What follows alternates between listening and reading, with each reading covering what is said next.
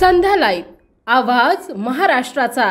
नमस्कार, मी सेजल देशमुख आणि तुम्ही पाहताय संध्या लाईव्ह। मराठा समाजाचे नेते बापू शिंदे यांच्या नेतृत्वाखाली आज पंढरीतील आद्य क्रांतिकारक राघोजी भांगरे व्यायामशाळेसमोर बीड जिल्ह्यातील खंडणीच्या गुन्ह्यातील अटक केलेला आरोपी वाल्मिक कराड याच्या प्रतिकात्मक पुतळ्याला फाशी देण्यात आली आहे। बीड जिल्ह्यातील संतोष देशमुख हत्ये प्रकरणी वाल्मिक कराडवर 302 चा गुन्हा दाखल करावा, त्याचे पंढरपुरात 2 वाडे आहे, तसेच राज्यातील इतर भागातही कोट्यवधींची माया त्यांना जमा केली आहे। त्याची ही सर्व संपत्ती शासन जमा करून घ्यावी।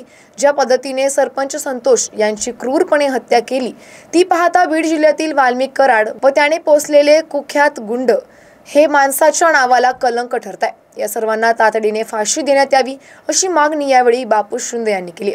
यावेळी शेगाव दुमालाचे सरपंच किरण आटकळे, पिंटू मोरे, माऊली आबा काळे, धनंजय लकडे, नागेश जाधव, बंटी परचंडे, पवन खंडागळे, माऊली नायको यांच्यासह अनेक जण उपस्थित होते। अशा अपडेटसाठी आमच्या संध्या लाईव्ह चॅनलला लाईक, शेअर आणि सबस्क्राईब करा।